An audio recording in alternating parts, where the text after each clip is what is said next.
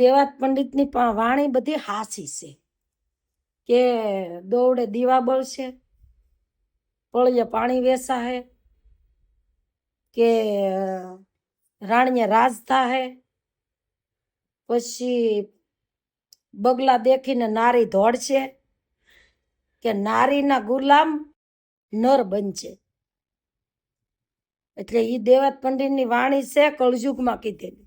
ને કળજુગ ખાલી હજી ગોઠણિયા ભર જ ચોસે, હજી એ હાવ હાલવા ઈક છે ને તો અહીંયા તો આખી આખી હજી ને કહેતા બાય હજી તમારા છોકરા તો તાવે જો, તમારા છોકરાનો સમય અટાણે નથી કે ફોનમાં વોટ્સઅપમાં કે ટેપમાં ઓલામાં કે વાતચીત કરી લે પછી એમ કે ઈ મને ગોટે છે, તમે ત્યાં જાઓ માગું નખાવો ખાલી જાઓ.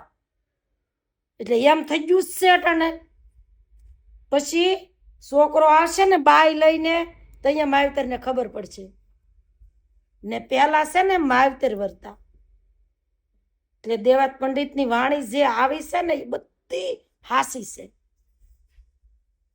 કે છોકરો બાય લઈને દાદરો સડશે ને તો અહીંયા માવતરને ખબર પડશે કે આ તો એકલો જ હતો બે લાવ્યો. એટલે એવું બનશે જ, પણ એ બનશે કહીએ કદાચ તમારા છોકરામાં થાય તો અહીંયા બનશે. હજી એટલી મર્યાદા છે, પછી હાવ નહીં રે. અટાણે ને ટૂંકા ટૂંકા કપડા, કોઈની મર્યાદા નહીં, બોલવાની કોઈ પાન નહીં, એવું નથી, એવું છે. એટલે ખાલી કળજુગ હજી ગોટણિયા પર જ જોશે. હજી હાવ હાલવા ઈક છે ને તો કોઈ કોઈનું કોઈ નહીં. હજી એ જોઈ જોઈ વિચારી ને ડગલા ભરવા પડશે. ને વાક બધે કોનો આવે છે? ગઢિયાનો આવે. ગઢિયા બસારાએ કેમ દિવસો કાપ્યા હોય, કઈ રીતના મોટા કર્યા હોય, કઈ રીતે એ જીવન ગાળ્યું હોય, કઈ રીતે એ બધું આ તડાતડીના દિવસો કાપ્યા હોય. પણ અટાણે પરજાને કોઈ ઈ તો બધું ભૂલાઈ જ ગયું. પરજાને અટાણે માવતર પાસે કલાક બેહવાનો ટેમ નથી.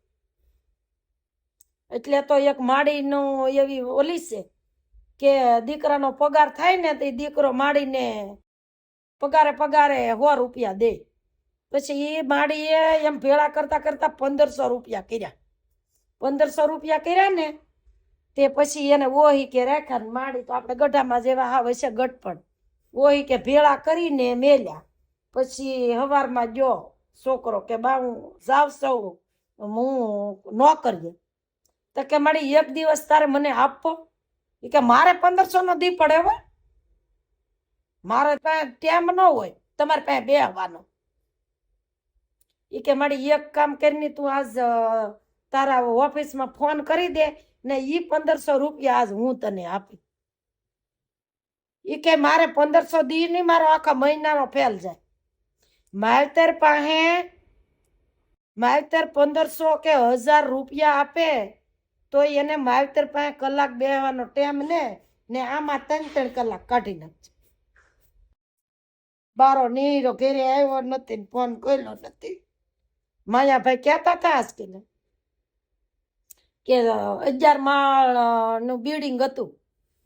તે ભાઈનું મકાન તો કે 8 ઓલે હતું, 8મે માળે. ને ઈ ફોનમાં આમામ કરતો 5મું દબી દીધું.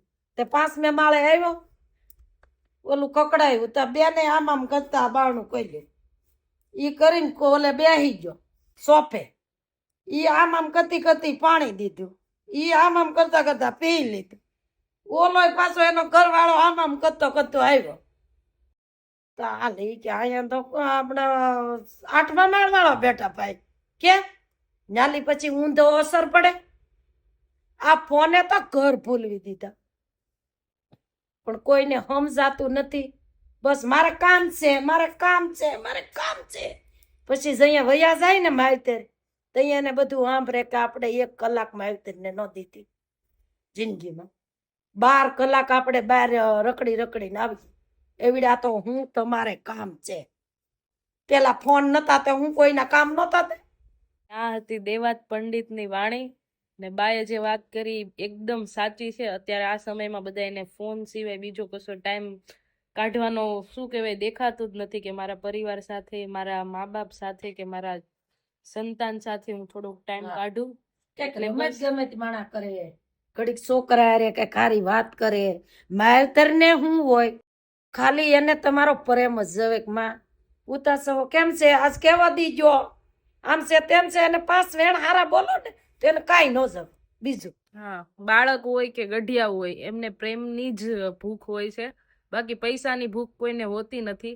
તો બધાયને આ કળિયુગ છે એટલે કેવું પડે એમ તો નથી, બધાને સારું શીખવા પણ મળે છે ને ખરાબ શીખવા પણ મળે છે. એટલે આપણા ઉપર છે કે આપણે શું શીખવું છે ને કઈ રીતે જીવવું છે.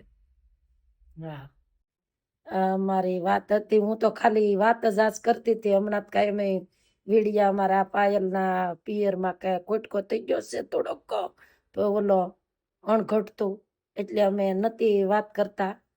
પણ એટલે થોડોક ટાઈમ આપો માવતરને, તમારા બાળ બસાને, તમારી બાઈને. બસ બાઈએ ફોનમાં પડકું ભરીને આમ હોય ને બાઈએ પડકું ભરી